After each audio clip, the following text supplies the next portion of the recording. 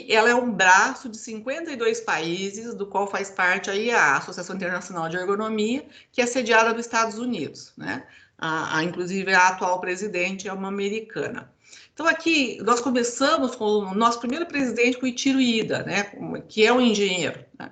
Ergonomista, e é fellow da IA, é uma pessoa com bastante experiência. Eu acho que muitos de vocês já viram vários livros dele, que ele tem ergonomia de projeto e produção, então ele fala muito da questão da construção da indústria brasileira e da relação da saúde e segurança e da eficiência, né, que é uma das grandes abordagens da ergonomia dentro da empresa.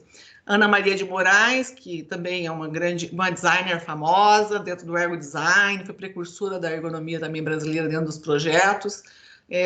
A Frida Marina Fischer, que foi presidente da Working Time Society, que é o ICOL, Comitê Internacional de Saúde Ocupacional, que é sediado em Lavoro, da Universidade de Lavoro, em Milão. E ela é diretora do Departamento de Saúde Ambiental da USP, né? Então ela trabalha, poderia dizer, e ouso dizer, mas com certeza, que ela é número 1 em trabalhos de pesquisa, em trabalhos de turnos e noturnos no mundo, não só no Brasil, né? Então todas as escalas que você pode imaginar de discussão aí com as grandes empresas, Vale, Petrobras, daí por diante, ela tem a mão dela, né? E assim por diante. São vários profissionais, eu queria apresentar para vocês conhecerem os primeiros, né, membros da Abergo. Ela é uma associação sem fins lucrativos e o objetivo que é? É o estudo, nós trabalhamos muito com pesquisa, a prática e a divulgação das interações das pessoas, da tecnologia, organização, ambiente, considerando as necessidades, habilidades e limitações. Eu coloquei aqui os seus presidentes. Então, nós tivemos o primeiro desde o Ichiro Ida, e nós estamos com o atual presidente, que é o Paulo Antônio Barros de Oliveira, é o coordenador há 30 anos da medicina do trabalho da URGS, também auditor do Ministério do Trabalho, foi ele que criou a comissão que criou o manual de ergonomia, por 12 anos ele coordenou a ergonomia do Ministério do Trabalho. Então, assim, o 10º presidente, José Orlando Gomes, ele é engenheiro de produção da Universidade Federal do Rio de Janeiro e é o atual vice-presidente da IA, né? E assim por diante. São vários profissionais, Mário César Vidal, um grande engenheiro ergonomista da Federal do Rio de Janeiro também. E aqui só queria colocar para vocês, vejam, nossa fundação da IA foi em 59, né? E a partir disso, em 2001, entrando em vigor, a Abergo criou o sistema de certificação do ergonomista brasileiro, que é uma forma de titular pessoas que tenham formação na área de ergonomia, que comprovem experiência e que o curso seja reconhecido, que tenha uma carga horária mínima, que tenham conteúdos e que os profissionais não só sejam experientes na área profissional, mas também acadêmica, com produção acadêmica. Então, a Abergo, ela audita isso para poder certificar os cursos, e esses profissionais podem fazer a prova de certificação. Então, é interessante, tem vários níveis que você se classifica dentro desses reconhecimentos, é um diferencial no mercado de trabalho aí bastante grande. E, em 2018, a IA reconheceu o sistema de certificação do ergonomista brasileiro. Então, tem muitos profissionais no Brasil que visitam um desses 52 países e pode e tem o mercado de trabalho aberto já com a certificação reconhecida. Então, pula, né, várias etapas aí na questão de efetivação das suas profissões para morar ou trabalhar fora do Brasil. Bom, a Associação Brasileira de Ergonomia, ela criou o Congresso Brasileiro de Ergonomia, né? Que vem esse ano, nós teremos a edição aí online, de 23 a 27 de novembro, que é a sua 10ª edição, desculpe, 10ª não, 20ª edição, são 20 congressos, né? Nós temos a jornada também internacional que interage com vários países, não só o pessoal do Brasil, e a revista Ação Ergonômica, que é indexada no Qualis, então a gente tem toda a preocupação da cientificidade, né? Então, dentro disso, nós temos aí as avaliações de certificação. Eu acho bem interessante, porque as avaliações, os membros do comitê de certificação não são da diretoria da Abergo. Então, nós temos da USP. Oi? Nós temos participantes da USP. Todos estão me ouvindo? Sim, há alguma interferência que houve, mas tá tudo ótimo. Então, tá bom, obrigada. Então, dentro desses avaliadores, nós temos o professor Laertes, que é médico e coordenador da ergonomia da Poli, lá na USP. Nós temos da Federal do Rio Grande do Sul, da Federal de Minas Gerais, então são membros da Federal do Rio de Janeiro, que fazem um comitê de certificação com gestão e independência da diretoria da Abergo para não ter interferências políticas, né? A gente sabe, então é bem técnico isso. Mas também a Abergo, ela contribui há muitos anos, sempre com pareceres técnicos de várias demandas de governo, de instituições, de empresas.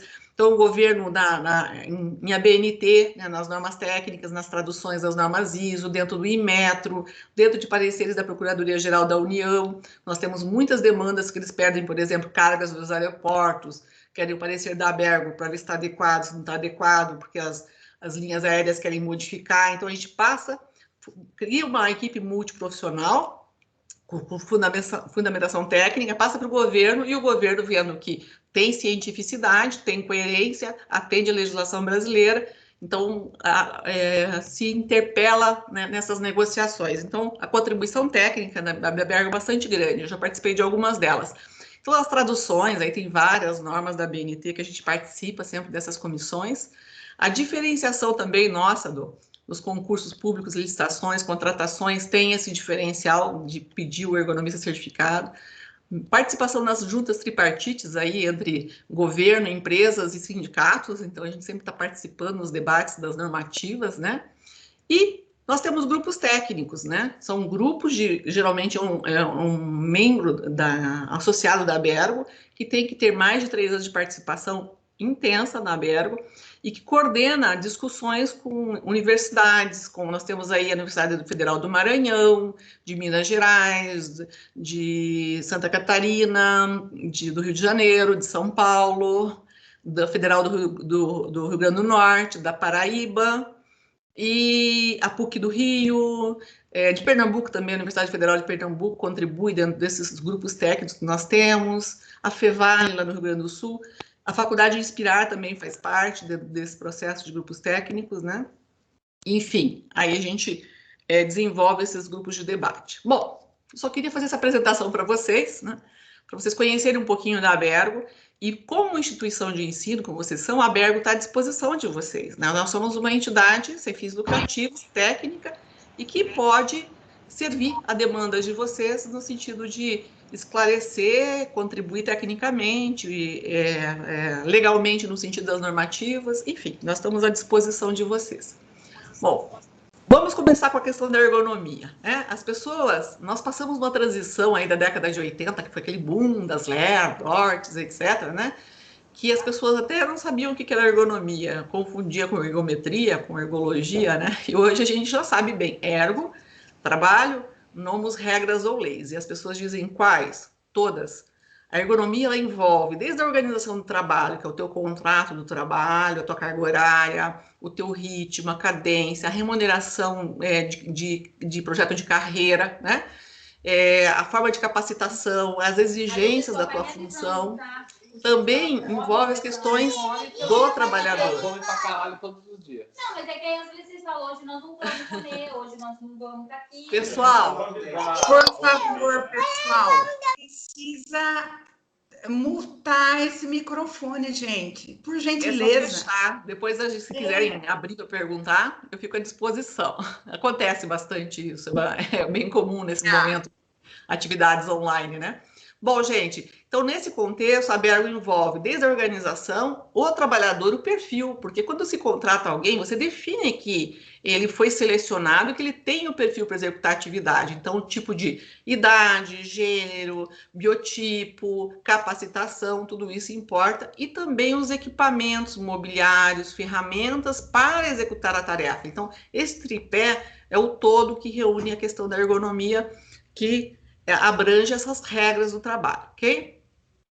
Eu coloquei a definição da EA, a Associação Internacional de Ergonomia, que é bem abrangente. Então, a ergonomia é o estudo científico da relação entre o homem, os seus meios, métodos e o espaço de trabalho, né? Mas com que objetivo? Elaborar, mediante a contribuição de diversas disciplinas, um corpo de conhecimentos. Então, a gente descreve manuais, procedimentos, pareceres, laudos técnicos, né? Gestão, que deve resultar o quê? Na melhor adaptação do homem aos seus meios tecnológicos, ambiente de trabalho e de vida. Então, eu queria abrir o parênteses para vocês perceberem que não é só o trabalho. Nós ficamos 1/3 da nossa vida no trabalho. Então, nós precisamos nos preocupar com o trabalhador em casa, nas outras tarefas, se ele tem qualidade de vida, se ele está bem instruído, porque ninguém nasceu sabendo. Tem coisas muito básicas, às vezes, que nos faz mal e que um esclarecimento, uma orientação, um apoio pode melhorar muito a qualidade desse trabalhador e da sua família, né? Que a gente acaba levando para casa esses conhecimentos e aplicando, né? Então, nós colocamos que a nossa missão é transformar todo trabalhador em ergonomista, que ele possa cuidar do seu trabalho e da sua vida, né? No sentido como um todo. E aqui eu queria chamar a atenção para a definição da Abergo. Você diz, nossa, é tão modesta a ergonomia, o estudo da adaptação do trabalho às características fisiológicas e psicológicas do ser humano. Por que essa síntese? Porque essa é a NR17, né? Eu pego as características do trabalho, né, o estudo da adaptação, o indivíduo, seu limite fisiológico e também psicológico. Aí você vai dizer quais são? A ciência está explicada, tem a fisiologia do trabalho, a biomecânica, a cognição, a organização do trabalho, né, a questão da psicodinâmica do trabalho. Então, tudo isso está bem determinado na ciência, e então fica a síntese que a Abergo colocou, que é a descrição da NR17. E o que a NR17 contempla? A ergonomia tem como missão adaptar o trabalho às pessoas e não as pessoas ao trabalho. Então, essa é uma questão muito objetiva da ergonomia. Ela foi publicada em 1990, mas baseado na criação das normas regulamentadoras de 78. E coloca no seu texto a adaptação das condições do trabalho às características psicofisiológicas do trabalhador. E o que ela olha, gente? A ergonomia olha 5 grandes aspectos, né? A parte de manuseio de carga, né? De objetos, então, transporte de materiais, do mobiliário, né? Do espaço de trabalho, das ferramentas e dos equipamentos, também a questão ambiental, né? Envolve, e tem uma diferença para a segurança, que a segurança olha muito o risco para o dano, para a lesão, por exemplo, da audição, etc. A ergonomia, ela vai um pouco mais além, ela olha o conforto, que as pessoas confundem, que eu brinco sempre com aquela poltrona do papai no domingo depois do churrasco, né? Mas, na verdade, o conforto na ergonomia, ela tem um fundo de usabilidade. Então, assim, ausência de desconforto. O meu trabalho não me causa dano, ele é funcional, ele atende às minhas necessidades, ele não me traz cansaço excessivo, ele não me traz adoecimento. Então, isso que é o objetivo do conforto ergonômico. Então, às vezes, um ruído, ele pode agredir minha audição, mas da ergonomia nós temos um limite que entra na questão do desempenho. Tem ruídos que não vai me deixar surda, mas me irrita, porque eu não consigo concentração, então eu não consigo desenvolver a minha tarefa adequadamente, porque eu tenho ruídos diferentes me atrapalhando. Então a gente olha esses limites também, né? Que tem a ver com o desempenho e com o bem-estar da pessoa. E por último, nós temos a organização do trabalho, que envolve tudo. Qual é o tipo do meu contrato de trabalho? Quantas horas eu faço horas extras? Qual é o ritmo, a cadência? Quanto eu trabalho na minha carga horária? Eu consigo dar conta? Eu tenho uma cobrança muito grande ou eu tenho uma cobrança abaixo do meu limite, né? Eu tenho pouco estímulo, né? Tem trabalhadores que reclamam, é muito monótono no meu trabalho, não tem desafio, é muito devagar. Opa, então vamos fazer uma reorganização, vamos fazer um projeto para dinamizar mais. Não demais, né? Que nós temos limites fisiológicos, né, sobre isso. Em 2002, o Ministério do Trabalho, coordenado pelo atual presidente da Abergo, criou um manual de ergonomia que descreve a NR17 num sentido prático, né? Então, aí, que a análise ergonômica do trabalho, que é uma metodologia de investigar os riscos, de fazer o diagnóstico, é um processo construtivo e participativo. Ele não é individual do técnico ergonomista, né?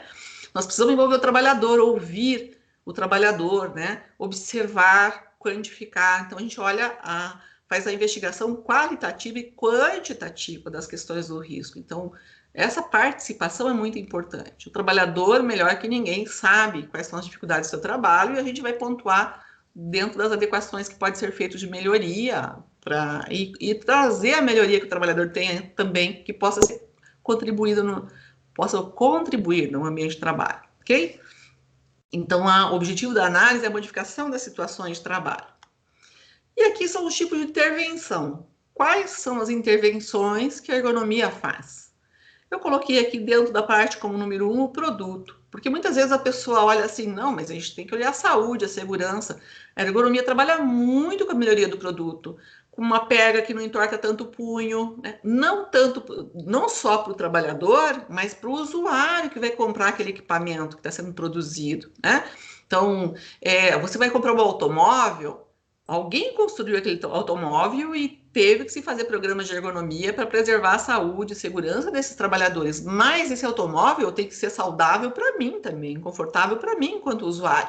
Então, os designers, né, dentro de mobiliário, de objetos, de pega, de ambientes, de estímulos, de cores, de sensores, de amostradores, né, tudo isso tem mão de ergonomista, né? Cada um dentro da sua área, interagindo multi e interdisciplinarmente, né? Então, otimização de máquinas, ferramentas dentro do design, os postos de trabalho, que é onde nós trabalhamos, é o sistema homem-máquina no ambiente físico. Então, o meu limite, qual é o ritmo, se eu me alterno a postura, se eu fico muito sentado, se eu fico muito em pé. Então, a gente trabalha muito com essa regulação do trabalho, né? E as intervenções em movimentos. Os movimentos são excessivos ou eles são poucos? Porque se eles são excessivos, eu posso trazer uma fadiga. Se eles são poucos, eu também posso trazer uma fadiga por falta de movimentação, de bombeamento, porque nós somos uma grande máquina humana que funcionamos por mecanismo hidráulico, né? A nossa grande bomba que alimenta é o coração. Manda sangue através dos canais arteriais. Mas nós temos uma outra bomba, que é a segunda, que são as válvulas da batata da perna, que garantem que toda a sujeira retorne para ser limpa, ou seja, as veias, né, que transportam a sujeira. E qual é o braço de alavanca dessas veias, dessas válvulas? O pé. Então, é muito importante levantar, sentar, caminhar, alternar, subir, descer a escada, para trazer a sujeira para ser limpa. Então, o trabalhador que fica muito tempo sentado, ele fica estagnado, não bombeia o suficiente, então ele tem problemas. Ou se ele fica muito tempo em pé parado, também tem problemas. Aí você diz, então é bom se movimentar bastante? É bom se movimentar, em excesso traz fadiga, né? Bom, dentro disso, nós temos muito, vamos dizer assim, de uma forma geral, a biomecânica ocupacional, a fisiologia do trabalho, é o carro-chefe da entrada dentro das empresas, né? O óbvio, está muito alto, está muito baixo, está muito quente, está muito, né? Frio ou está muito pesado. E uma das abordagens que a gente tem é a ergonomia de correção, que é o que a gente mais faz, né? Resolver aquilo que está errado, mas não da forma perfeita que deveria se construir. Então, nós tentamos fazer o certo sempre, mas não deu. A gente vai replanejar um posto, uma mesa, uma cadeira, trocar um espaço de trabalho. Mas o que nós gostaríamos mesmo de fazer é a concepção, que é fazer o certo do início. Por isso que a gente tenta inserir ergonomistas nos projetos de concepção, numa linha de trabalho, né? Hoje mesmo, à tarde, eu estava conversando com o pessoal na área de refrigeração, de indústria de eletrodoméstico, né? E ele falou, mas não dá para mudar. É porque uma linha de eletrodoméstico dura em torno de 2 anos. Se você fez errado, você vai ter que tapar o buraco, resolver por 2 anos, entendeu? Então, realmente, você não consegue a contento. Então, o importante é tentar corrigir antes de fazer, né? De aprontar. Depois a gente vai ter que fazer as correções, vamos dizer assim, não completas. A intervenção ergonômica na produção. O objetivo de se produzir qualquer coisa é minimizar os riscos, os esforços, né? Não ser tão repetitivo, porque traz fadiga, com eficiência. Então, a relação ganha-ganha. Às vezes o trabalhador fala assim, mas a gente podia melhorar. Pois é, mas daí a gente não consegue produzir. Se o trabalhador está saudável, está feliz, está seguro, mas a empresa está produzindo, vai quebrar. Os dois vão quebrar. O trabalhador vai deixar de ter emprego e a empresa não tem um produto. Então, a gente sempre tem que olhar o sistema produtivo, a eficiência em harmonia com a saúde e segurança, ok? E dentro das intervenções, nós temos aqui mais uma da organização do trabalho, que seriam as escalas de turno, as horas extras. Por que se faz horas extras?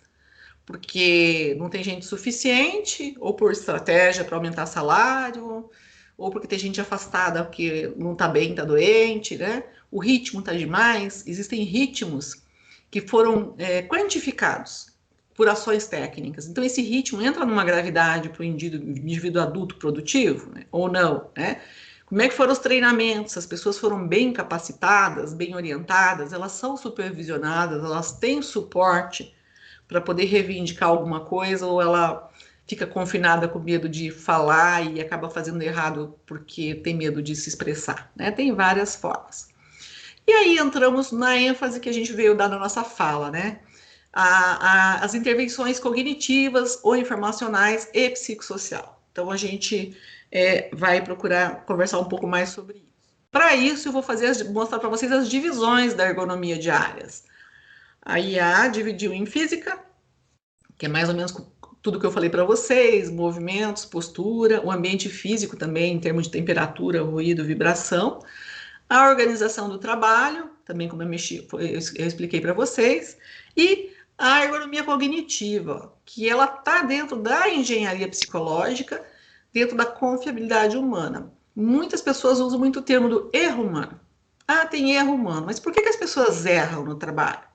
Elas foram bem capacitadas, recebem suporte para isso, são supervisionadas, né? São ouvidas, ou está adequado, foi orientado que ela está fazendo errado, né? Porque a confiabilidade é o índice de que se dá certo o trabalho ou dá errado, né? E a palavra mais adequada é a confiabilidade, né? Por que não está confiável esse trabalho? O que falta nesse suporte? Então, a gente usa metodologias, ferramentas e reuniões de integração e especificação para a gente poder tornar o trabalho confiável, né? E dentro da ergonomia cognitiva entram os aspectos mentais. Algumas pessoas confundem com intelectualidade. É claro que muita sobrecarga mental, intelectual, nos sobrecarrega, mas também as pressões por metas, por prazos, por ritmos, né? Ou a pessoa tem uma angústia e não está conseguindo trazer e sobrecarrega, mas também se confunde um pouco com o psicossocial, porque de repente eu estou sobrecarregada porque eu estou com um filho doente em casa e eu não consigo me desligar. Esse é um aspecto psicossocial que eu trago de casa para o trabalho, mas que vai atrapalhar meu desempenho. Então, às vezes, a empresa, percebendo isso, pode dar um apoio até que a coisa passe, porque vai passar, né? Mas a gente precisa de uma compreensão e não proteção de pegar no colo, né? A gente não deve confundir as coisas. Então, o estudo da ergonomia cognitiva inclui o quê? A carga mental, o desempenho, se eu tenho habilidade, né? Se eu fui capacitado para essa habilidade, o erro humano, que é o contexto da confiabilidade, e a interação entre o ser humano e o computador, ou seja, a tecnologia, né? Da informação de sistemas que está aí, a gente não tem mais volta, né? Então a gente acha que o robô manda, mas não manda não, a gente manda no robô ainda, tá, gente? Apesar de que a gente depende muito deles. E dentro disso nós temos os desenvolvimentos que são o físico, cognitivo e psicossocial, separando do físico, né? Nós temos o desenvolvimento corporal. Então vamos lá, vamos falar um pouquinho sobre isso, assim. Eu não sei se alguém da psicologia aí pode estar, ou outros profissionais, pode interagir ou me corrigir ou intervir aqui sem problemas. A gente cresce, né, gente? Então a gente nasce e a gente cresce, vamos pensar assim, de 0 a 3 anos, a criança deve ser amamentada. Você diz, nossa, 3 anos? Não, mas até 3 anos uma criança pode ser amamentada, 1 ano pelo menos, porque o amamentar não só nutre a criança em função do sistema imunológico, mas tem a ver com a questão de segurança, dar segurança no meu desenvolvimento da vida adulta. Então, a gente, dentro desse sistema neuroevolutivo, a gente recomenda, a criança quer vir amamentar um pouco, ela nem precisa, mas até os 3 anos é normal e a criança, às vezes, precisa para se sentir segura e isso traz uma segurança para a vida adulta, ok? Uma criança até os 7 anos, ela não tem muita noção do tempo, o que vai passar, se eu vou chegar de uma viagem amanhã, ela não sabe o que é amanhã. Então, é importante a gente manter a comunicação. Olha, eu estou chegando, tá, eu estou aí, mais um pouquinho, para a criança se sentir segura, porque ela não tem muito a noção do tempo, que é a semana que vem, que é um mês, que é um ano, etc., por volta dos 7 anos. Quando a gente chega aos 13 anos, em média, a gente entra na adolescência, né? Os hormônios borbulham, e eu tenho um comportamento que reflete o que eu tive até então. Então, a criança traz, né, para ou eu sou muito agitado, ou eu sou muito brigão, ou eu sou muito retraído, depende de tudo que eu desenvolvi até então. Mas aí a gente começa a entrar na vida adulta, né? E dentro dessa vida adulta, nós temos capacidades de desenvolver espaços para memórias, para aprendizado. Nosso cérebro é uma gigante capacidade de armazenamento de espaços de memória. Nós temos 1 quadrilhão de compartimentos, porém nós temos 3 milhões de conexões, ou seja, para um hotel desse tamanho, eu só tenho corredores 3 milhões. Puxa, não é nada? Eu só tenho 17 portas. Ou seja, a minha capacidade de armazenar, ela é bastante limitada. O espaço é gigante. Como é que eu abro essas portas, que eu construo portas para entrar nesses compartimentos? Através do aprendizado constante. O aprendizado constante traz 2 benefícios, né? Aumenta a minha capacidade de inteligência, né, de retenção de informações e capacidade de observação, e também reduz, ou seja, prolonga o meu processo de memória.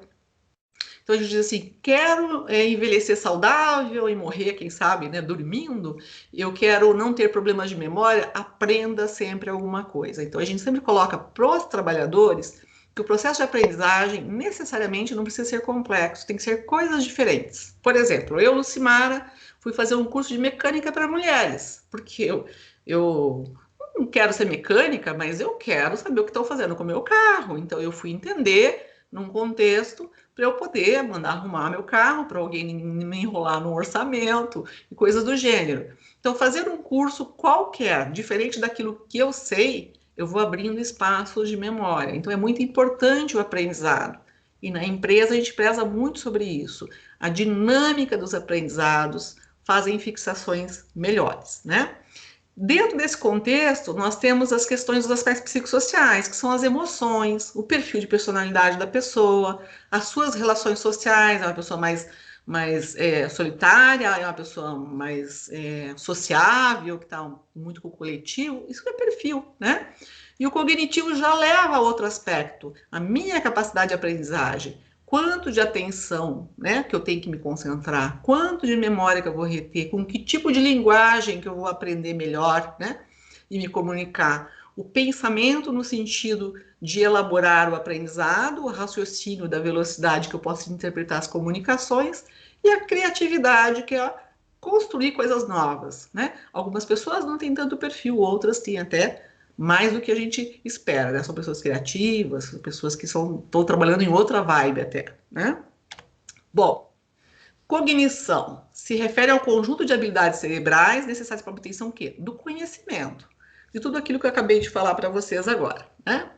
E dentro disso, esses processos cognitivos que são desenvolvidos desde a terra infância até o envelhecimento, ele vem através da exigência do aprendizado. Então, uma pessoa que ela não tem muito estímulo, ela acaba demorando mais para observar certas coisas, entendeu? Ela precisa, não que ela seja, não tenha inteligência, mas o aprendizado constrói a agilidade do raciocínio. Então, o importante é notar que o desenvolvimento está diretamente relacionado à aprendizagem. Então, a gente tem um desenvolvimento, depois tem uma adaptação nesse processo e a capacidade de aprender. Dentro disso, nós temos o conhecimento, a aprendizagem e o treinamento. Como é que a gente diferencia? O conhecimento é o ato de abstrair a ideia, é a informação. E a aprendizagem é a aquisição de novos conhecimentos. E para isso nós temos o quê? A aprendizagem cognitiva, afetiva e psicomotora. Então, o cognitivo, quanto exige do meu raciocínio, o afetivo são a minha forma comportamental, e o psicomotor é um modo operatório. Eu tenho que aprender a digitar, eu tenho que aprender a fazer um processo de montagem de alguma coisa, eu tenho que fazer um projeto. Então, qual é a expressão corporal, os gestos que eu faço para aquela tarefa, né? Então, aqui eu já expliquei para vocês, eu vou passar essas partes dos domínios. E uma coisa bem importante dentro disso tudo, do afetivo, do cognitivo, do psicomotor, vem da forma com que nós elaboramos. Então, acho que muitos de vocês veem, já viram esse gráfico, que as pessoas dizem assim, conte os pontos pretos desse quadro, né? Alguém sabe, já viu isso e sabe me contar quantos pontos pretos tem? Pode abrir o microfone e falar. Tem alguém?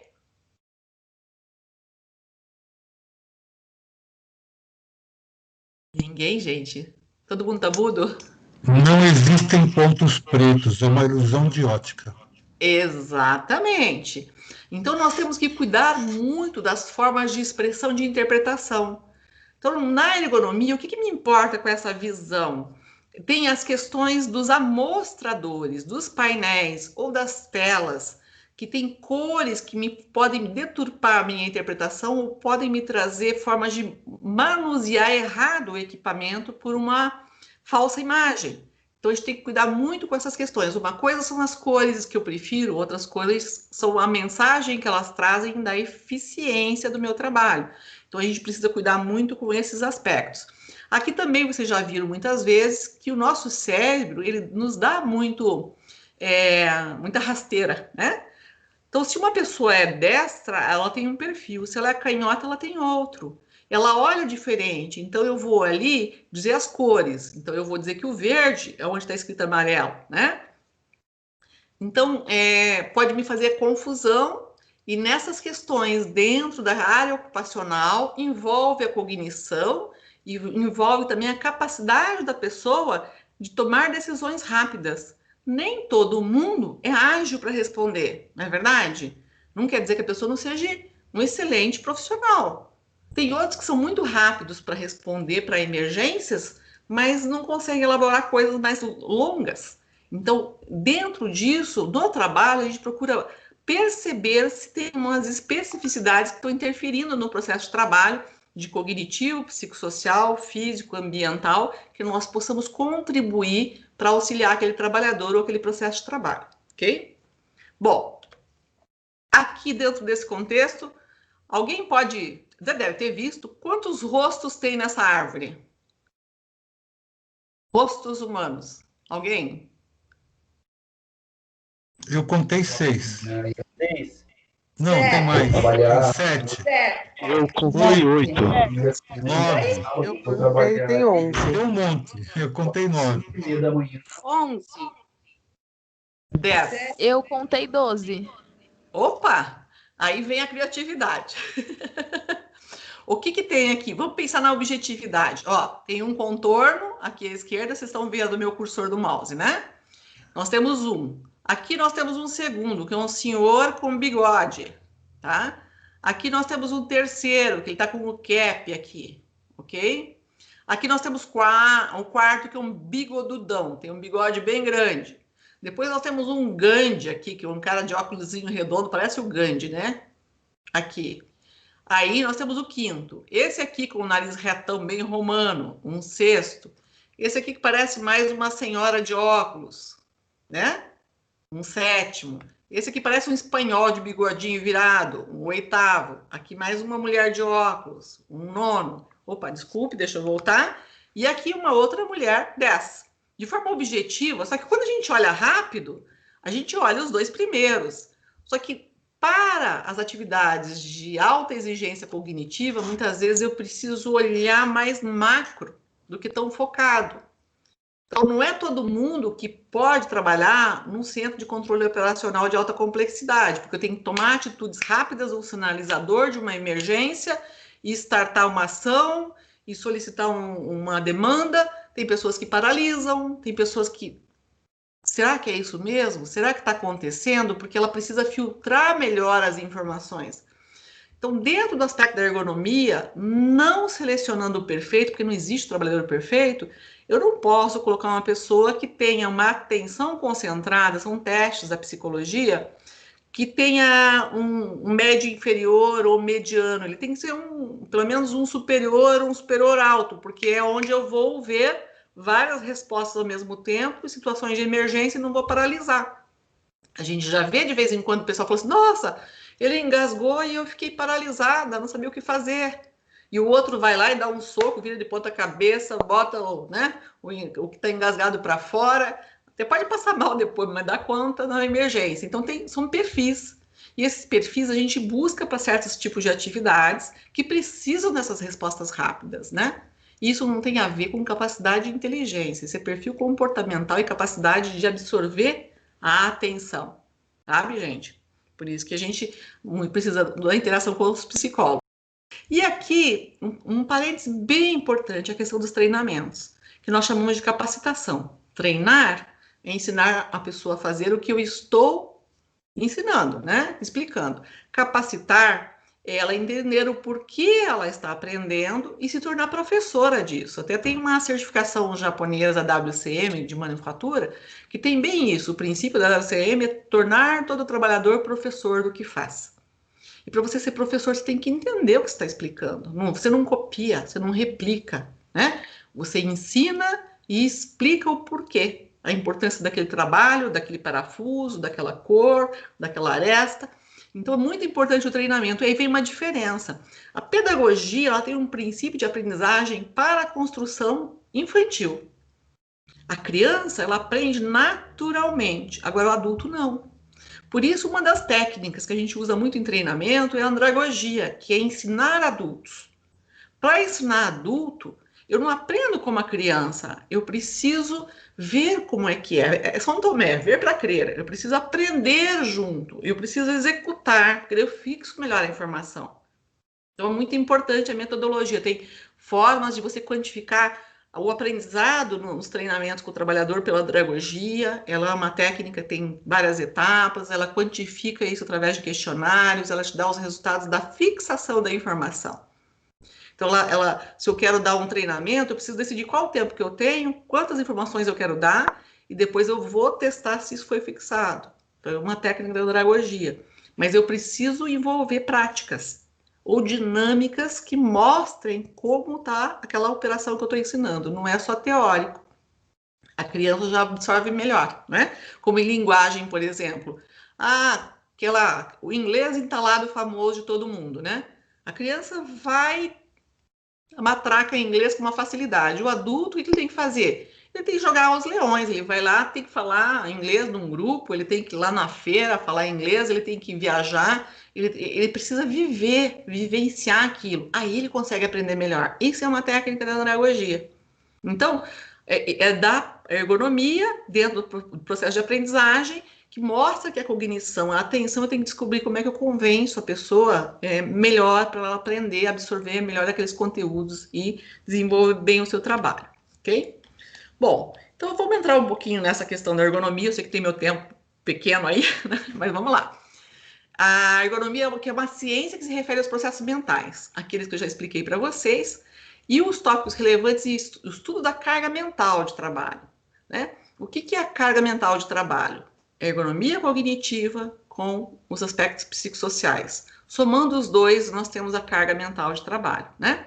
A tomada de decisão, quanto eu tenho de autonomia naquela tarefa? Nenhuma, você só operacionaliza, ok? Mas tem uns que eu preciso tomar decisões.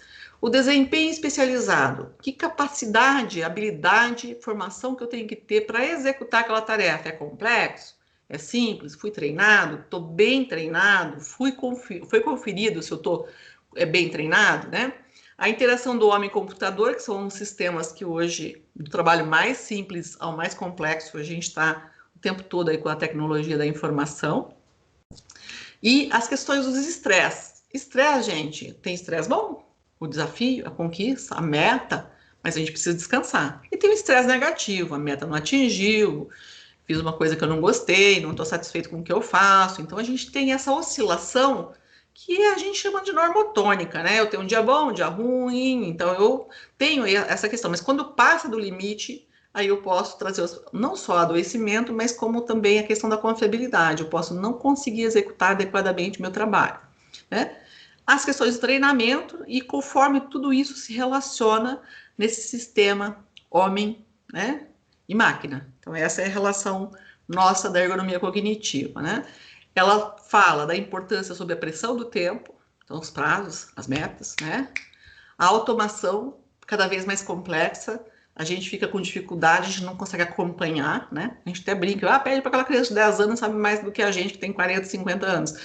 Mas não é isso, é o processo da construção está muito rápido, é uma velocidade que a gente, às vezes, não consegue acompanhar, né? Precisa de um tempo maior, porque a nossa capacidade, ela vai um pouquinho mais lenta, não quer dizer que a gente não seja melhor, né?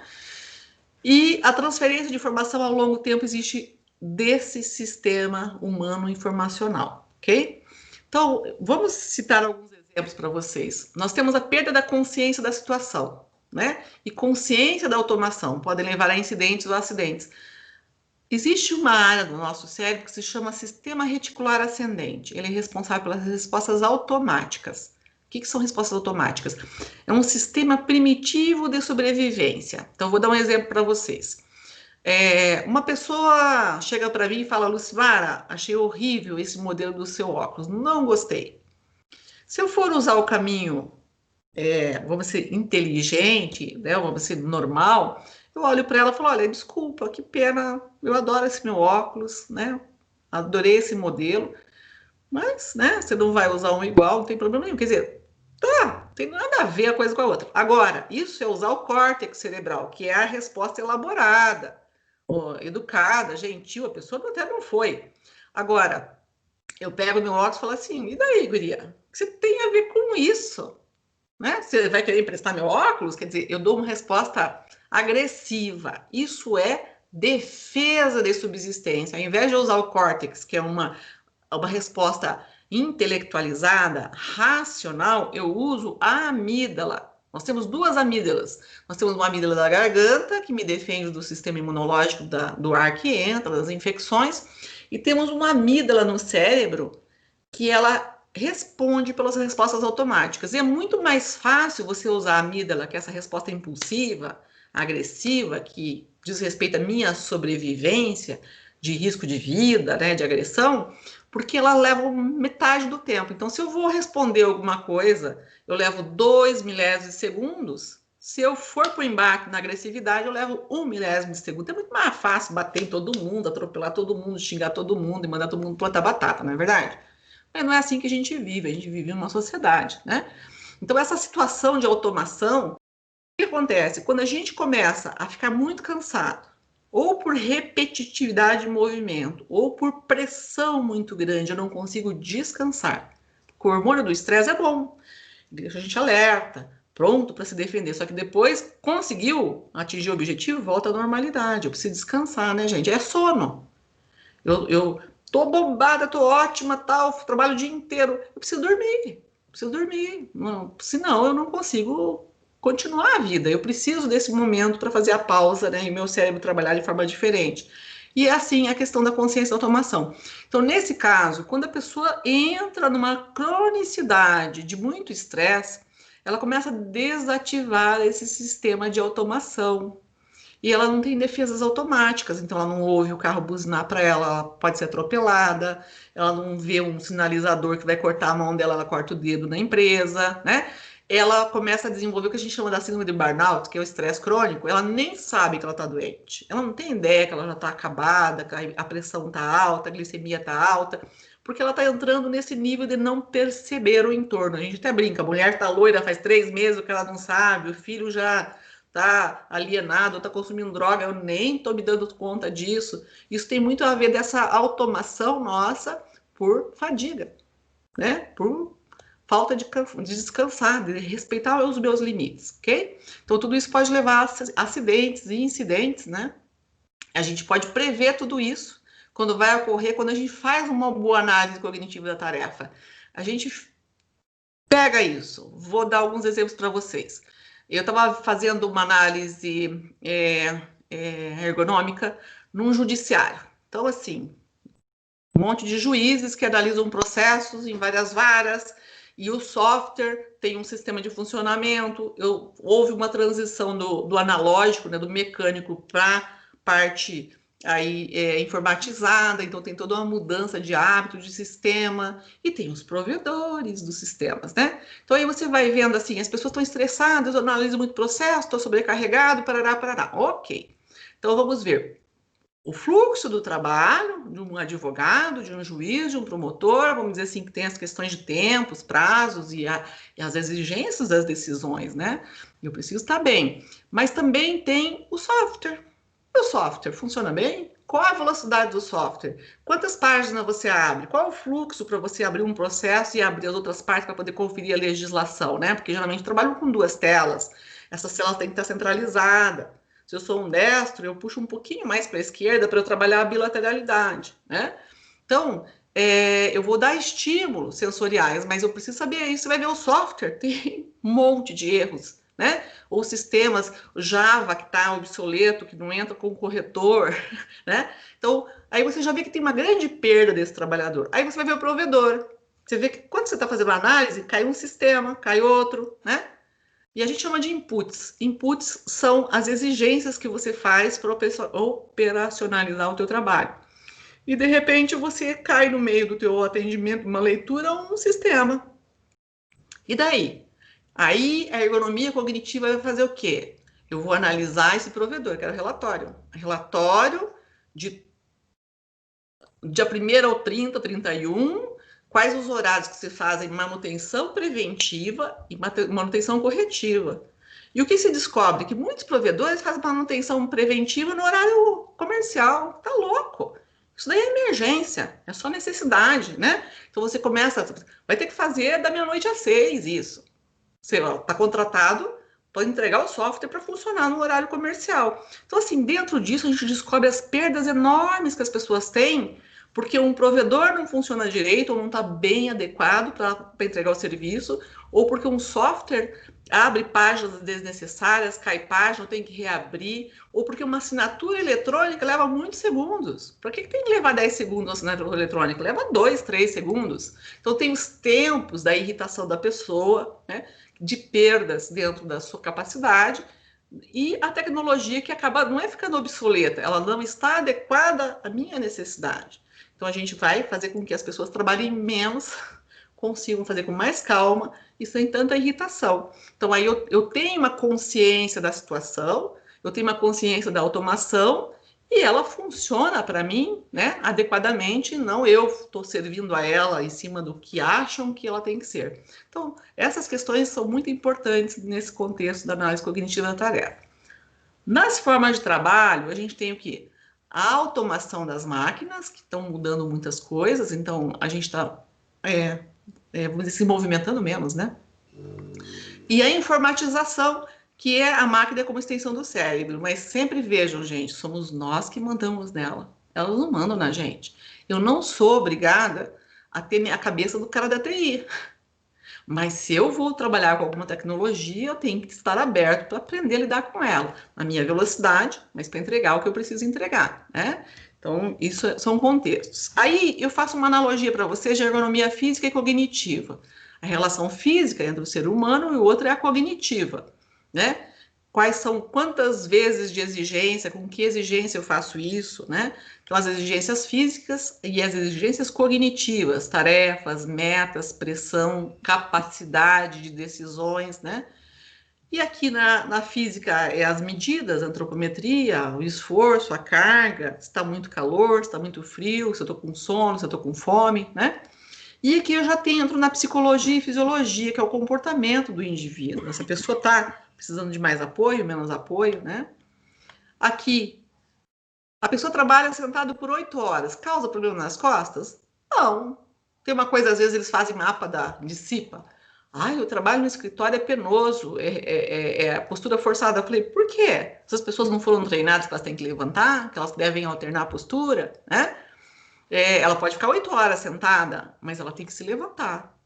Não só se levantar, como ela tem que fazer outras coisas. Aí, só para colocar para vocês assim, a gente chama de ergoftalmologia, que é a relação do equipamento com a minha visão. O olho não foi feito para olhar para perto, para longe por muito tempo. Eu preciso fazer aquela câmera, né? Vamos dizer assim, o foco da minha câmera filmadora fotográfica é o nosso olho. Então, eu faço a miose, midríase, eu preciso dessas lentes alternando. Então, para uma pessoa, só para vocês terem uma ideia como a gente se machuca. Trabalha numa tela, acima de 20 minutos você tem que tirar o olhar da tela e olhar para uma profundidade maior que 6 metros. É engenharia humana, é ergo-oftalmologia, oftalmologia ocupacional. E quando eu olho para uma profundidade maior que 6 metros, eu faço essa higiene ocular, aperto 1 ou 2 vezes meu olho e volto para a tela. Então, eu descanso os olhos, eles não dão coceira, não parece que tem areia, eu não vou ficar visitando com frequência o oftalmologista, não vou ficar usando esses colírios para lubrificar os olhos, porque eu faço a minha higiene ocular. Então, são orientações importantes que reduzem o meu cansaço, melhora a minha atenção e também as questões posturais. Então, necessariamente, não é problema, depende da orientação que eu recebi. E no caso, trabalhar sentado por 8 horas causa redução da atenção? Causa. Se eu não levantar, se eu não fizer essa higiene ocular, se eu não alternar um pouquinho, fechar os olhos para descansar, porque o cérebro também tem limite, não é só o corpo, né? A intensidade X de ruído pode causar a perda auditiva?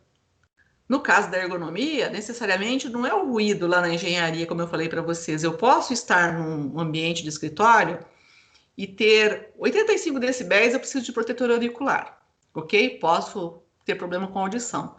Mas naquele ambiente eu tenho 70 decibéis, né? Que é o nível de ruído, 75. Isso é aceitável? Se você faz uma atividade de concentração, como escritório, projeto, reunião, isso é contraindicado. Então, o que nós aceitamos são 60 decibéis, no máximo 65, se for frequente, se for distribuído, na verdade, né? Em função do quê? Porque eu preciso de concentração. O ruído não vai me deixar surda, mas eu não tenho concentração para poder desenvolver meu trabalho. Então, eu preciso de silêncio, né? Então, o que acontece nas empresas, nesses ambientes corporativos? Sala de reunião. Do lado da sala de reunião, vocês podem ver que tem pessoas que reclamam de dor nas costas, né? Um pouco de dor de cabeça, porque eu preciso conversar com o cliente, eu preciso atenção para fazer uma tarefa e tem um barulho de porta aberta, porque as pessoas esquecem que uma reunião se fecha a porta. Então, enquanto não começa a reunião, fica aquela porta aberta e as pessoas conversando no corredor, e isso atrapalha muito quem está próximo. E essas pessoas não percebem isso. A gente faz algumas pesquisas e as pessoas têm relatos de desconforto, de dor, e não sabem por quê. E a gente vai lá e mede o ruído e vê que o ruído está 78 decibéis. Opa, tá irritante, tá tirando a concentração. E as pessoas, aí você treina as pessoas para que elas vão para a reunião, fechem a porta, supervisiona o treinamento por um período mínimo de 3 meses, que é o período de condicionamento mental, para ter certeza que as pessoas se habituaram, né? A gente starta. Algumas pessoas usam uma blitz de postura na ergonomia. Eu sempre usei o ErgoTour, que é a linguagem do Safety Tour da segurança, é supervisionar os ambientes, né, individuais, coletivos, com prontuário, com checklist, anotando, as pessoas assinando, porque daí eu registro as evidências no meu cotidiano para mudar comportamentos, né?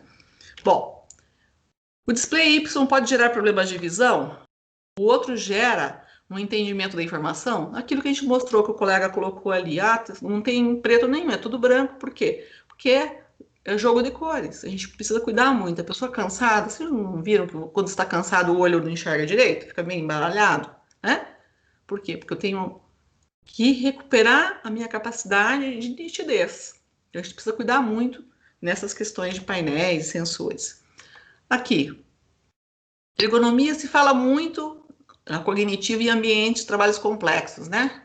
Controlador de voo, petroquímica, aí na parte de usina petroquímica, controlador de caminhões, tem hoje as frotas de caminhão, tem o CCO, Centro de Controle Operacional de Trens, né? Essas atividades que exigem e que correm riscos, né? Essas usinas, né? Então, a gente tem, também tem a dinâmica das atividades com pressão de tempo, né? Transferência de informação entre homem e máquina. Tem pessoas que têm mais dificuldade de aprender. Eu sou uma pessoa, eu aprendo lento e depois eu não esqueço. Mas eu preciso do meu tempo para poder desenvolver minha capacidade. Depois ninguém me segura. Mas se eu for muito rápido, aí eu não consigo. Agora, no entanto, para respostas rápidas, eu sou boa, né? Só que a minha durabilidade não é muito grande. Eu não vou trabalhar em emergência muito tempo, não. Né? Diferente dessas pessoas que trabalham com emergência, sofrem pressão, né? Então tem uma capacidade cognitiva de atenção, de suportar isso mais tempo. Perda de consciência situacional, mais um exemplo que eu coloquei para vocês, cansaço pode levar a acidentes, né? Então aí com base na análise cognitiva, a gente pode melhorar o trabalho, tornando as atividades mais seguras. E os riscos psicossociais, né, gente? Os fatores psicossociais, eles não são exatamente os fatores cognitivos. Eles falam do ambiente, da satisfação, das condições da sua organização de vida, de pessoa, de família, que tudo interfere, né? as nossas necessidades, a nossa cultura, a nossa situação externa ao trabalho, os nossos valores que a gente foi criado. Eu estava hoje à tarde dando um treinamento e falando sobre a estatística da Previdência, a última que teve de 2018, que mostra os acidentes, né? Então, o que acontece? A pessoa mais de idade afasta mais do trabalho por condições de doenças, desgastes, cansaços, mas doenças naturais, né, do processo de envelhecimento. No entanto, os acidentes, as quedas, os retrabalhos, os problemas de atrasos dentro do processo produtivo é o jovem, porque ele está mais desatento, ele veste menos a camisa da empresa, no sentido de que nos últimos anos, cá entre nós, né, as crianças, os jovens foram criados de uma forma um pouco mais isolada, né? Tem menos a presença do pai e da mãe, ou a mãe está trabalhando fora, o pai também, ou estão separados, ou são criados por avós, por babás, por vizinhos, por pessoas que estão sendo pagas e que não têm, né, essa, vamos dizer assim, até responsabilidade de educar, né? E as escolas também têm todos esses fatores. Então, a gente sabe que o jovem hoje está mais pavio curto, ele está mais imediatista, menos paciente, né? Então, a estatística mostra que quem mais se afasta por acidente é o mais jovem. E quem mais se afasta por doenças, o mais velho, né? No sentido do processo de saúde. Ok? Bom, e aqui eu coloquei até uma fotinha aqui, mostrando um professor, já que nós estamos entre professores, né? Aqui ele não quer ir para a escola, mas ele não quer ir para a escola para estudar, ele não quer ensinar, porque os alunos estão impacientes, eles estão muito rebeldes, eles estão... eu me lembro, eu tenho filhos adultos, mas um dia meu filho era criança ainda e tinha o Estatuto da Criança, né? E ele aprontou uma arte, eu catei um chinelo, dei uma chinelada inocente nele, assim, uma coisa, mas ele fez uma artezinha bem feia. Ele apontou para mim: vou te denunciar para a delegacia da criança, a professora disse que eu tenho que me dar de dedo. Aí eu abri a lista telefônica, naquela época tinha lista telefônica. Tá aqui o número, por favor, liga. Só que você vai ter que contar o que você fez, onde você apanhou, por que você apanhou, né? E quantas chineladas foram, e quanto que doeu, porque não saiu uma lágrima, né? Então, assim, às vezes, né, a gente extrapola um pouco, mas a pressão está muito grande. Então, aqui nós temos um professor com um aspecto psicossocial do trabalho, que é a interação com a sala de aula, né? Com o jovem mais conectado no celular, não desliga o celular, e a gente quer passar uma mensagem para ele, e ele não está muito interessado nesse conteúdo, né? Então, os valores têm modificado, a gente precisa resgatar um pouco disso, né? Para a nossa mental familiar, né? E futuro. Então, aí, na ergonomia cognitiva, eu coloquei para vocês a importância da atenção, percepção, memória, tomada de decisão, e que a cognitiva, como psicossocial, é igual a carga mental, já falei para vocês. Aí, eu só tenho um tempinho agora, que eu vou explicar para vocês uma coisa bem interessante. Posso adentrar um pouquinho mais às 8 horas, ô Mara? Com certeza. Nós vamos até às 20h40. A 20h40? Opa, então tá. Só para eu controlar aqui meu tempo. Bom, o que acontece? Eu mostrei uma fotinha do cérebro para você. O nosso cérebro humano tem vários compartimentos e cada área ele é responsável por um tipo de reação ou de comportamento. Mas eu queria explicar para vocês, eu acho importantíssimo vocês entenderem como funciona o mecanismo de estresse, ou melhor, de hiperestresse. Porque se vocês entenderem isso, vocês vão começar a se controlar mais e a minha aula já valeu. Aqui vocês têm um gráfico, como vocês veem um eletro do coração, né? Que dependendo das curvas eu estou infartando, eu tenho dor, eu estou recebendo menos circulação. Aqui eu tenho um gráfico do cérebro, tá? E o cérebro, se vocês forem observar, tem uma curvinha. Vocês estão vendo meu cursor aqui do mouse, né? Então? Sim. Tá. Mexe de novo, por favor. Aqui, ó, o cursor. Essa curvinha pequena aqui, antes do HE, se chama normotonia.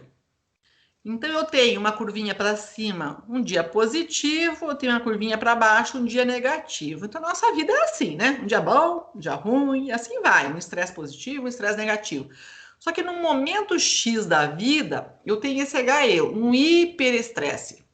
O que é o hiperestresse, gente? É aquele momento do soco no estômago, do frio na barriga.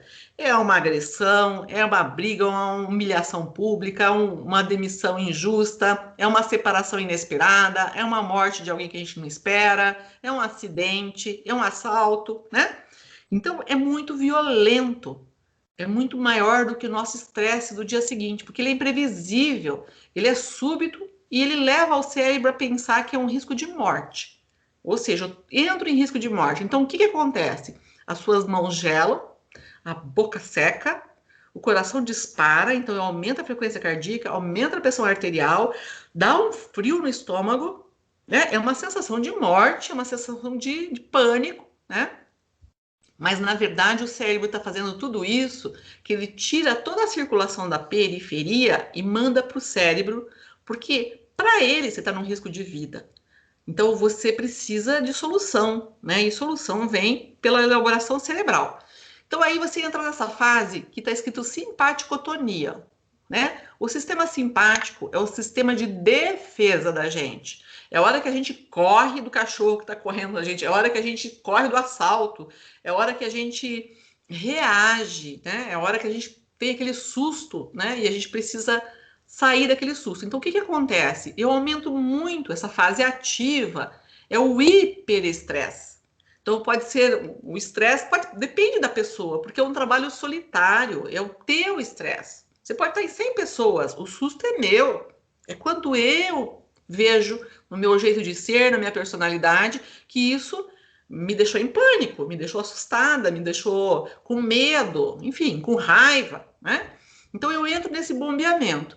Aí, o cérebro enche o coração bombeia muito sangue e enche o cérebro de sangue para tentar sair de uma situação. Vamos pensar em um assalto, né? O cara põe a arma em você, aquilo dispara. Quando você gelar a mão, daquele frio secar a boca, você está numa fase ativa. Pensa que problema que deu, que susto que você levou, que preocupação que você está, ou que você está atrasado para entregar o projeto, eu tenho uma reunião, não aprontei, vão me mandar falar em público, eu não estou preparada, tem chefe novo. Então, tudo isso leva a essa parte simpaticotônica. E depois passou. O cara lá do assalto levou só uns trocados, não me machucou. O que a gente faz? A gente entra nessa fase chamada vagotonia. A gente se joga numa poltrona. Vocês já perceberam? Quando a gente passa um susto, passa um nervoso, tem uma briga, a gente se joga, a gente entra em fadiga, faz um calorão, um rubor, né? Esquenta tudo, porque teve muito sangue bombeado no cérebro. Então, eu tenho um congestionamento intracraniano, eu tenho um edema cerebral. É uma fase de recuperação, porém, é uma sensação de dor de cabeça, de peso, de pressão na nuca. E nós somos perfeitos, nosso cérebro sempre ouve a gente. O que ele manda? Ele manda essa setinha que você vê para cima, chamada EPC, epicrise. Ele manda um espasmo, então dá uma acelerada no coração, dá uma palpitação, dá sabe quando se dá um tremor, assim, dá uns calafrios, assim?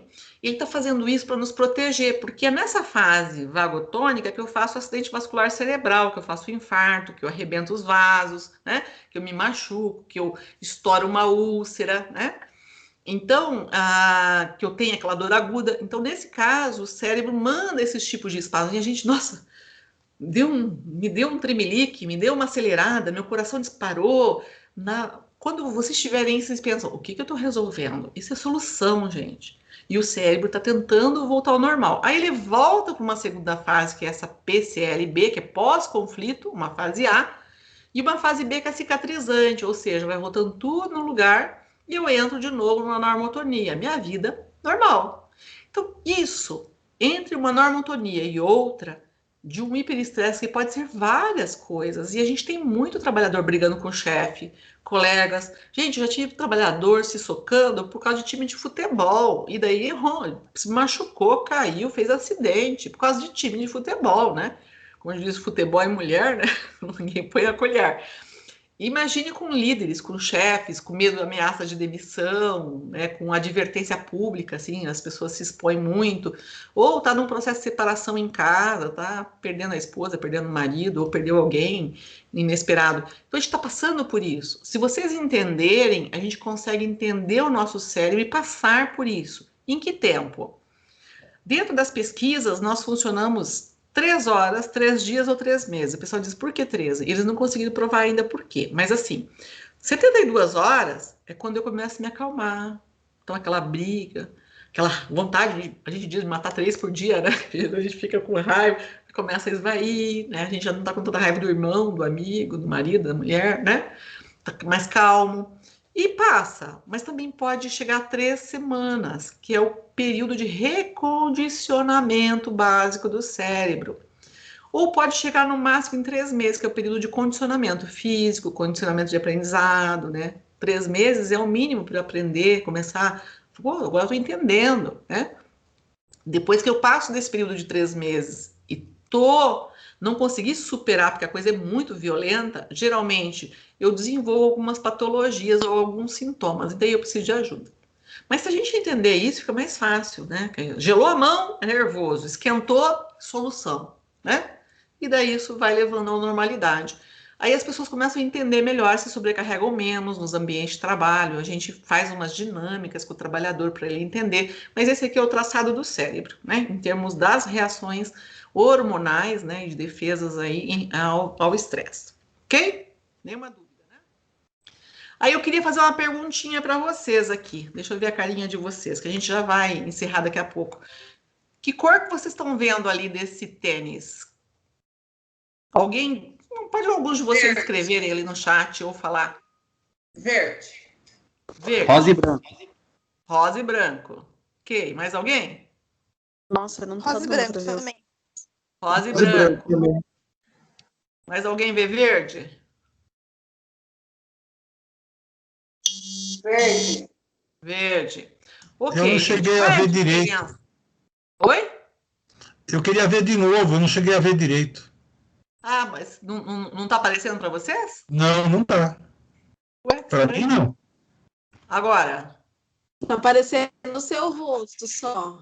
É só. Então deixa eu ver se ele cai no sistema de apresentação automático. Deixa eu ver se é isso. Deixa eu Eu olhar. acho que você vai ter que compartilhar de novo. Eu vou entrar aqui. Vou lá, vamos lá. Aqui. Vou compartilhar, deixa eu ver onde é que tá a tela. Estão vendo agora? Ainda não. Espera um pouquinho, tem um delay. Ainda não. Deixa eu tentar de novo. Vai lá.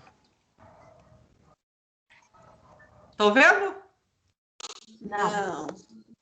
Eita. Já vendeu o tênis, já não está mais. Hã? Já vendeu o Não tênis. quero mais ver esse tênis, não quero mais ver esse tênis, né? Ó, eu vou compartilhar de novo com vocês, tá aqui. Viram? Não. Agora sim. Agora Tá. sim. Legal. Então vejam, olha a discrepância. Um vê rosa, outro vê verde, né? Verde, rosa e branco, verde e cinza. Isso significa o quê, gente? Que quem é destro de cérebro, isso independe da mão da escrita, tá? Destro de cérebro vê cinza e verde. Quem é canhoto de cérebro vê rosa e branco. Se diz, e daí? Significa que o cinza e o verde é mais focado, mais objetivo e é muito mais truculento nas atitudes, em termos de objetividade. O rosa e branco são pessoas que olham mais 360, mais amplos, trabalham com projetos, têm maior criatividade. Então, assim, perfil, entendeu? E a gente precisa olhar isso, é lateralidade cerebral, é domínio de lateralidade cerebral. Então, essa é uma diferença em relação à atenção. Então, a gente pode aproveitar mais os trabalhadores que têm esse lado mais criativo, mais detalhista, e aproveitar o outro que é mais objetivo, né, gente? Mais focado. Então, essa é a diferença. Entenderam? E quem vê os dois? Aí você é bem equilibrada. Seria um ambidestro. Seria um ambidestro. Eu sou ambidestro. O exemplo, um canhoto que escreve, né, com a esquerda, a sociedade impõe para ele o destro, porque tudo é para o destro, né? Então ele acaba sendo um ambidestro. Então ele usa os dois cérebros com mais facilidade, entendeu? Então seria que é um ambidestro. Eu sou Usa melhor os dois ambidestro, então lados. é a explicação. Você vê Eu os uso as dois? duas mãos. Sim. Olha, Tem Então outra tá, então aluna veja. também que está falando que vê os dois. Eu não vejo É. nenhuma ponta rosa, só verde. Significa ser bem focada. É. Mara, desculpa, é brincadeira. Eu não sei se você é casada, mas você deve bater no marido. Eu já Desculpa, bati no brincadeira. primeiro, né? Tô brincando. Desculpa a brincadeira, eu também vejo cinza e verde. Daí meu marido que fala, você vai me bater? Eu falei, se você não me obedecer, vai apanhar. Imagina. Não é brincadeira, eu falo porque é objetivo, né? É mais Eu sou focado. objetiva mesmo. Então vamos lá. Então aí, gente, só para finalizar, eu não vou entrar em detalhes com vocês de análise cognitiva, mas tem várias metodologias, só que eu vou passar para vocês. Eu sei que nós temos o nosso horário, eu só quero chegar para vocês agora para a gente poder finalizar, se tiver perguntas, que na análise existe assim, risco e tem exigência. O trabalho tem uma exigência muito grande, porque eu trabalho com atenção concentrada, mas isso é risco? Depende da frequência, dos mecanismos de regulação, se eu faço pausa, se eu tenho orientação, se eu tenho bom apoio, se eu tenho boa instrução, né? Tudo isso leva a ter uma boa análise ergonômica, fazer uma boa investigação para dizer, porque o trabalho é muito complexo, mas eu faço bem, ele me traz subsídios para fazer bem, então não é um risco, ok? E dentro das análises, eu quis colocar para vocês aqui, para a gente fechar, gente, tem muitas metodologias de investigar a parte cognitiva e a parte psicossocial. São testes validados cientificamente, quantitativos, através de questões subjetivas ou objetivas. Então, assim, a primeira ferramenta é brasileira, Inventário, Trabalho e Riscos de Adoecimento na área de complexidade, foi feita na UNB de Brasília para o policial militar, para as emergências, depois se ampliou para outras áreas, né? E foi validado e revalidado. Tem escala de enfrentamento de estresse, questionário de autorrelato sobre queixas, resultados médicos em relação a apoio social, índice de carga mental de tarefas, fatores cognitivos, escala de estresse, escala de sonolência, se essa pessoa pode trabalhar em turno noturno, né? Se ela tem esse perfil de ser uma pessoa notívara, né? Escala de fatores de absenteísmo laboral, ou seja, o que pode levar, que a gente chama assim, faltar ao trabalho é absenteísmo. Estar no trabalho e não estar produzindo é o presenteísmo. Então, ela ajuda a gente a lidar com essa presença de pessoas que não são produtivas, não estão produtivas, na verdade, para poder auxiliá-las, né? Escala subjetiva de carga mental, esforço de recompensa, questionário de reclamação de avaliação de memória, atenção concentrada, faltou um N ali, desculpe. Esse é um teste que a gente usa muito para ver se a pessoa trabalha na emergência de sinalizadores, de painéis, de controladores na parte de alta complexidade. Caminhoneiros, por exemplo, a gente faz esse teste, porque o caminhoneiro ele tem decisões de reflexo, né, gente? Que faz rotas, né? Se ele cumpre as escalas, as pausas, tem um aspecto psicossocial de um caminhoneiro, que é chegar no posto onde ele precisa parar para abastecer, que tem convênio com a frota, e não tem um banheiro para ele tomar banho. Isso é um aspecto psicossocial. Ele tem direito a um banho, a dormir. Os bancos, falando do nosso exemplo, a gente mudou os bancos dos caminhões todos para um banco confortável para eles, porque os caminhões eram novos, mas os bancos eram horríveis. Só que daí precisamos colocar um banheiro. Como é que a gente faz isso? Negocia o contrato. Pôr de gasolina. Se você não botar um banheiro para os nossos motoristas, está fechado o contrato, não vão fechar com outro posto. No dia seguinte, eles põem um banheiro para os motoristas. São negociações da ergonomia, por aspectos psicossociais, né? Eu preciso ter um lugar decente, tomar um banho, descansar, né? Então, assim, são várias metodologias que levam a quantificar esses riscos. São testes que a gente faz, né? Tem, assim, a proporção de população, mas ajuda bastante. Aqui, para mostrar para vocês um exemplo bem brasileiro.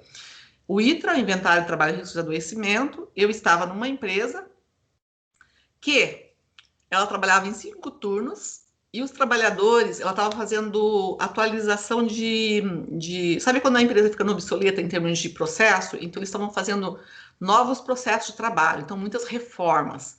A gente chama de gestão de mudança. E os engenheiros vão lá, fazem os projetos, vai para a negociação, para a licitação, a empreiteira ganha, e esquece de falar com o trabalhador, que é o cara que põe na massa, não envolve o trabalhador no processo da construção, da mudança do ambiente físico que ele vai trabalhar. E isso traz um sofrimento psíquico do trabalhador, né? E você vai trabalhar com atividade de alta complexidade. Então, eu cheguei para a engenharia e falei, nós precisamos fazer um trabalho de ergonomia cognitiva nesse processo. E foi muito interessante, porque o engenheiro-chefe falou assim, a gente nem engoliu direito essa coisa de ergonomia física que você falou com a gente, agora vem esse troço de emoção, de espiritualidade, eles são muito drásticos, né? Eu não falei em nenhum momento em emoção nem espiritualidade, eu estou falando em confiabilidade humana, confiabilidade de processo. As pessoas que não estão envolvidas na construção do processo, não estão inteiradas, não para eles tomarem as decisões, mas saberem que as decisões estão adequadas para a execução, porque eles executam.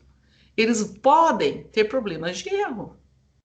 E daí, o que eu queria? Aí o gerente de produção falou, não, eu quero esse troço aí, eles são muito, né? Pode fazer esse negócio aí, quero ver se vai dar certo mesmo. Então, nós pegamos aí de toda a população, 111 trabalhadores, que trabalham em 5 turnos e em escalas, e fizemos são 4 escalas, né? Que olha a divisão do conteúdo de tarefa, a qualidade do ambiente físico, relações socioprofissionais, né? E as questões de adoecimento, que levam a 13 fatores. Então, assim, não vou explicar a ferramenta para vocês, mas esses fatores, aqui, o que é crítico, né? É moderado, entendeu? Então, é o meio do caminho, não tá bom, né? Então, o conteúdo das tarefas, a qualidade do ambiente físico, a relação socioprofissional, ou seja, no sentido de motivação de carreira, etc., eles não estão satisfeitos, mas não está tão ruim. Em relação à realização profissional, liberdade de expressão, vivência e sofrimento, falta de reconhecimento, também, eu não estou satisfeito, mas não está tão ruim. Danos físicos, psicológicos e danos sociais, eles não estão muito preocupados nisso. O que eles estão preocupados? Com a cognição. Então, dentro de todos os 13 fatores, o único que deu uma escala grave na metodologia aí, que é o índice de confiança, né, do método, mostrou que a maior preocupação dos trabalhadores era, depois de tudo pronto, eles errarem. Eles não queriam errar, eles tinham medo de errar, porque eles não acompanharam a construção daquele local que eles vão trabalhar, que eles já trabalham, né? É uma transição só de tecnologia, de atualização de equipamento. Então, a partir dessa demonstração, o gerente me autorizou, mandei um questionário para os trabalhadores, eles fizeram até 150 itens de observação. Todas as empreiteiras, né, de construção já tinham sido contratadas, então nada podia impactar em preço. Nós fizemos 455 alterações no projeto com custo zero. E a engenharia quantificou a economia que eles fizeram, 122 milhões de reais, por envolver o trabalhador. Foi bem interessante. Nós fomos premiados, os trabalhadores envolvidos foram premiados. Então, é um trabalho que você vai construindo junto para ouvir trabalhador, ele trazer a sua experiência. Tem trabalhador que fala besteira, né, gente? Tem gente que dá ideias absurdas, mas tem ideias maravilhosas, a maioria são boas. Então, só para dar um exemplo para vocês, que a gente avaliou a questão, minha preocupação era o custo cognitivo, que era a confiabilidade, e foi aonde deu o problema. E eu falei e provei. Daí o cara caneteou e me autorizou a implantar o processo de mudança. E depois a engenharia quantificou o lucro que isso trouxe para a empresa. Então é bem interessante. Isso é um programa que durou 2 anos, entre começo, meio e fim, porque é reforma e tudo, então deu para fazer bem os cálculos certinhos, né? Bom, gente, é isso que eu queria falar para vocês. Nossa grande missão são trabalhadores saudáveis e empresas produtivas, né? E se vocês tiverem dúvida, eu estou à disposição. Se não, a Mara tem meu contato, vocês podem entrar em contato comigo e pelo meu e-mail, meu WhatsApp, aí, com qualquer dúvida de vocês, estou à disposição. Vamos lá. Já agradeço, depois eu vou fazer o agradecimento mesmo, né? Mas eu gostaria que agora os alunos se pronunciassem, porque eu tenho certeza que eles querem perguntar alguma coisa. Então, levantem a mão. Quem quer falar, levanta a mão. Ninguém tem uma pergunta? Não pode ter vergonha, não. Nós estamos falando de cognição. Tem que ousar. Excelente, só escuta assim. Excelente, levantou. Professor Vitor, pode falar, professor? Olá, boa noite a todos. Eu estou cheio de dúvidas, né? Porque você trouxe para a gente tanta informação boa. Fazia tempo que eu não escutava uma palestra tão boa, porque o Centro Paula Souza fez aquela masterclass tal lá, né? Mas eu queria dar os parabéns, né? Agradecer a qualidade da palestra que você deu para a gente. Tá? Muito obrigado. Muito obrigada. Tudo bem, gente? Gostaram? Obrigada, Vitor. Então tá bom. Eu tenho 3 minutos? Tem. Só para a gente encerrar, gente, faça uma coisa para mim. Batam palma, como se fosse cantar parabéns. E quem colocar a mão direita por cima, tudo bem. Quem colocar a mão esquerda, marca para mim quem quer. Vamos lá. Isso é teste de lateralidade cerebral. Faça gesto de bater palma. Né? Fosse cantar parabéns. Tá? Olhem qual a mão que está por cima. É a direita ou é a esquerda? A direita. A direita. Esquerda em cima. Então vamos lá. Se você é homem e a direita está por cima, você é um homem. O homem é mais objetivo, mais parcial. Se você é homem e a esquerda está por cima, você é mais do projeto, você é mais criativo, é mais detalhista, né? E tem uma informação que não é boa para a mulherada, mas é muito boa. O homem canhoto tem um respeito enorme pela mãe. Ele tem uma relação muito boa, que não tem nada a ver com Édipo. É a valorização pela mulher, porque a mulher é detalhista, né? Ela é muito detalhista.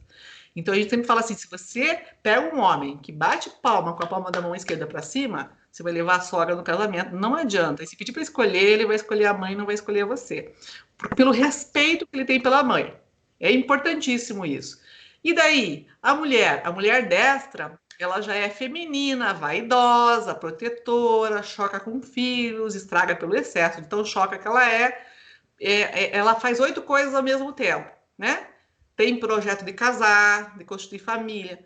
A canhota, que é aquela que bate a palma por cima, ela já é mais focada, ela é mais líder. Elas são escolhas de empresas para liderança. Claro que a parte técnica tem que ter, mas elas são mais objetivas, elas se desgastam menos com os detalhes, se cria um filho, engravida com muita facilidade, mas com filhos para o mundo, né?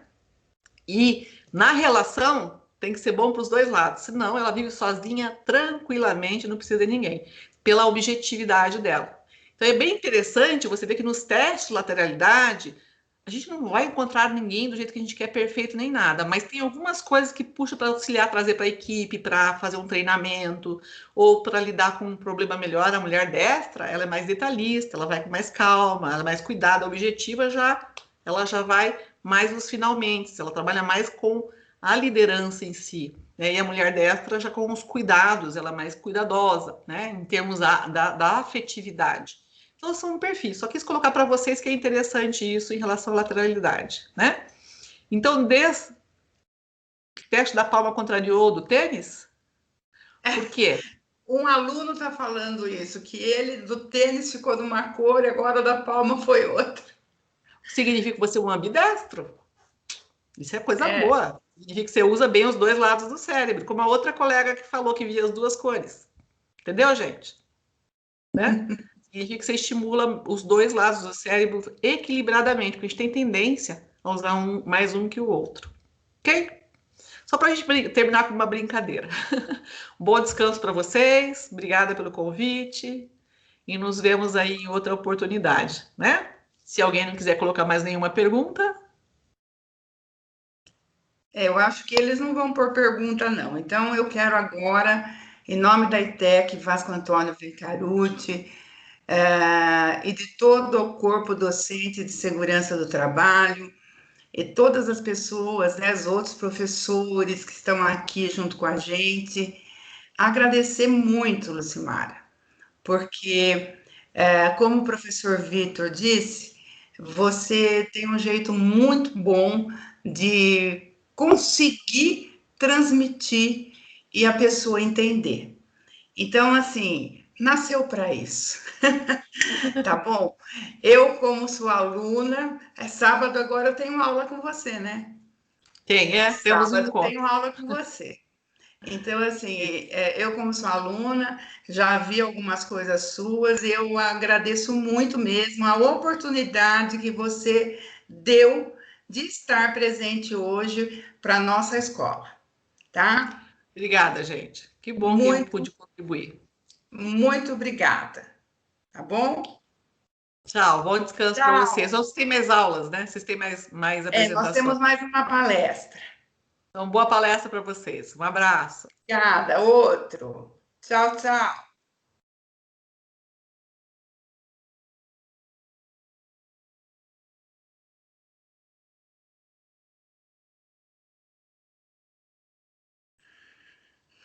Vocês estão respondendo a enquete do professor? Por favor, respondam. Como é que faz, Mara? Eu não estou sabendo dessa enquete.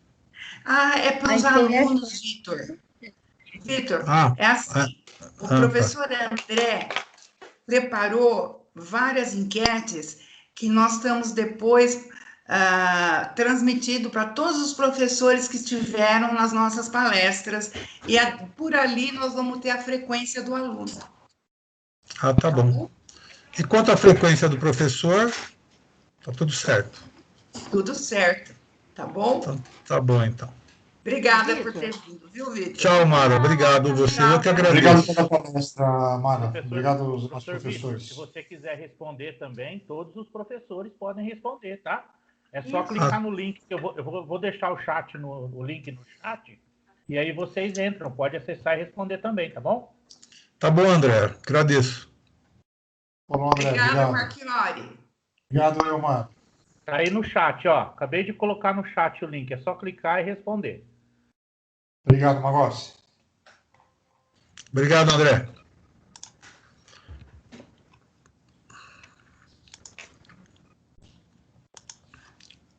E obrigada a todos os alunos de todas as... Que, olha, estava bastante gente aqui. De todos os cursos que estiveram aqui com a gente. Quem vai continuar? Obrigada, bem. Quem vai continuar?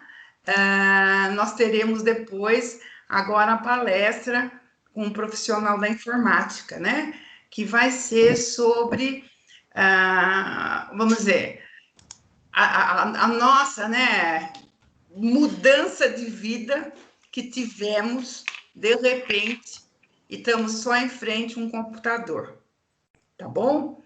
Ele vai falar um pouco sobre isso. Daqui, olha, 9 horas nós estaremos de volta. Obrigada, Mônica. Acho que ela já... Professor, o link não está funcionando. Alguém falou que o link não está funcionando, mas eu acabei de entrar.